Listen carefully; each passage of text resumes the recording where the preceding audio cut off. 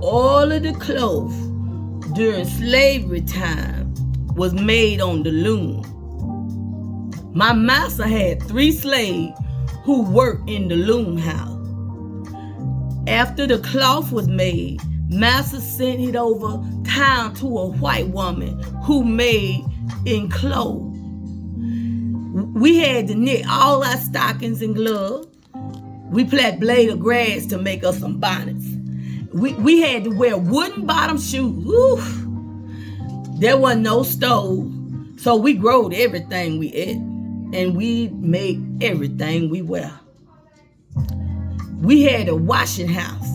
There was 5 women who done the washing and ironing. They had to make the soap. That was done by letting water drip over the oak ashes.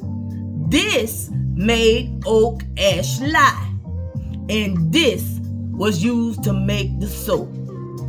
After the clothes had soaked in this lye soap and water, they put the clothes on tables and beat them till they was white.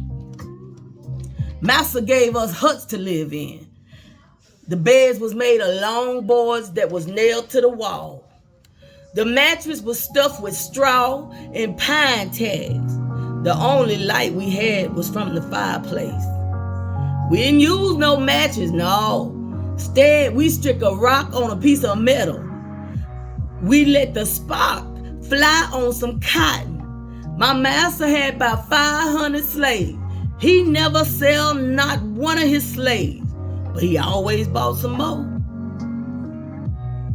That keep the slave from marrying into families.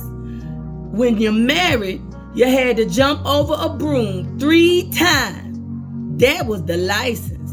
If master seen 2 slaves together too much, he wouldn't marry them. It don't make no difference if you wasn't but 14 years old. Work began at sunrise and lasts till sundown. When I was 8 years old, I started working in the field with 2 paddles to keep the crows from eating the crops. Wow. That is amazing. I think there's more to this. Hold on a second. I think there's another. Oh, yeah, here's the second page. Here we go.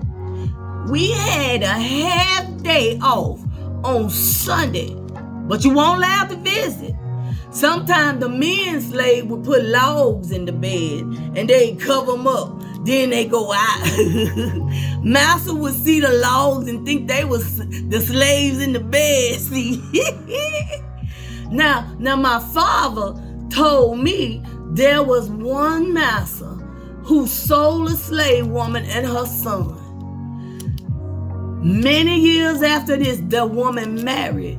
One day she was washing her husband back and see a scar on his back.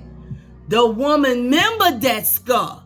It was the scar her master had put on her son, cause they didn't stay married. But the woman would never let her son leave her. This is something. I love these stories, like the classic slave narratives and what have you. And these are some superstitions that were told by Miss Georgina Giwbs. If a dog turns his back and howls, it's a sign of death.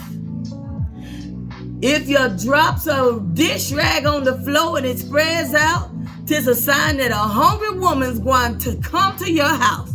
If the rag don't spread out, then a hungry man coming.